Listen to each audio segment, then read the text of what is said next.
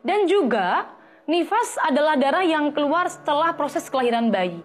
Baik bayi lahir dari jalan normal, jalan yang normalnya berarti lewat pervaginam, atau lewat sesar, operasi sesar. Ini darah setelahnya juga tetap dihukumi nifas, tidak kemudian berbeda ya. Andaikan sesar kemudian darah setelahnya tidak dihukumi nifas, tidak. Tetap namanya adalah darah yang keluar setelah kelahiran bayi, tetap dihukumi nifas.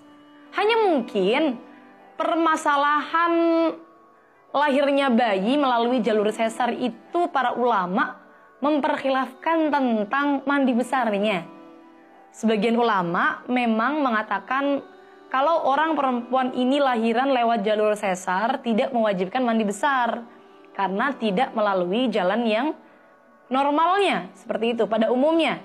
Namun menurut pendapat yang lebih kuat, walaupun toh tidak sesuai dengan jalan pada umumnya, melahirkan melalui sesar ini tetap mewajibkan mandi besar seperti itu. Tapi kalau masalah darah yang keluar setelahnya, semua sepakat bahwa itu dihukumi nifas. Selanjutnya teman-teman sekalian, tadi kita sudah bahas di awal bahwa nifas ini adalah darah yang keluar setelah proses kelahiran bayi secara langsung atau selama tidak dipisah jarak 15 hari bila darah tidak langsung keluar. Nah, ini perlu untuk kita bahas dengan papan. Kita boleh lihat ke papan terlebih dulu. Nah, ini contohnya kalau semisal ada, ini walaupun jarang nih, memang jarang banget terjadi di mana seorang perempuan itu melahirkan kering. Tapi barangkali ada yang mengalami seorang perempuan melahirkan kering, tidak darahnya sama sekali. Jadi setelah melahirkan betul-betul tidak keluar darah. Jadi dia setelah melahirkan suci teman-teman. Langsung wajib mandi besar. Mandi besar karena dia telah melahirkan. Jadi wiladah melahirkan itu termasuk salah satu yang mewajibkan seorang perempuan mandi besar. Karena dia telah melahirkan, dia langsung wajib mandi besar. Kenapa langsung wajib? Karena kering, dia tidak mengalami nifas. Beda kalau semisal setelah melahirkan, dia langsung mengalami nifas. Langsung keluar darah nifas. Wajib mandi besar karena wiladahnya itu dia lakukan setelah suci dari nifas, bukan setelah melahirkan. Seperti itu urutannya. Namun karena ini kasusnya, dia melahirkan di tanggal 1 kering, tidak keluar darah nifas setelahnya. Baru kemudian di tanggal 5, dia baru mengeluarkan darah. Maka berarti bagaimana hukumnya darah yang keluar di tanggal 5, apakah tetap dihukumi nifas? Iya, masih dihukumi nifas. Mengapa? Karena masa berhenti antara melahirkan dengan keluarnya darah tidak mencapai 15 hari.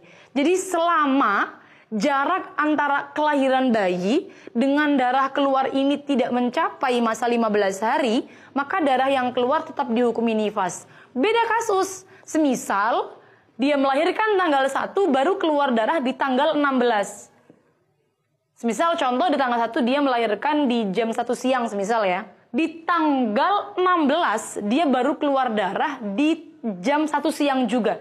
Jadi sudah terpisah jarak 15 hari antara kelahiran bayi dengan darah keluar.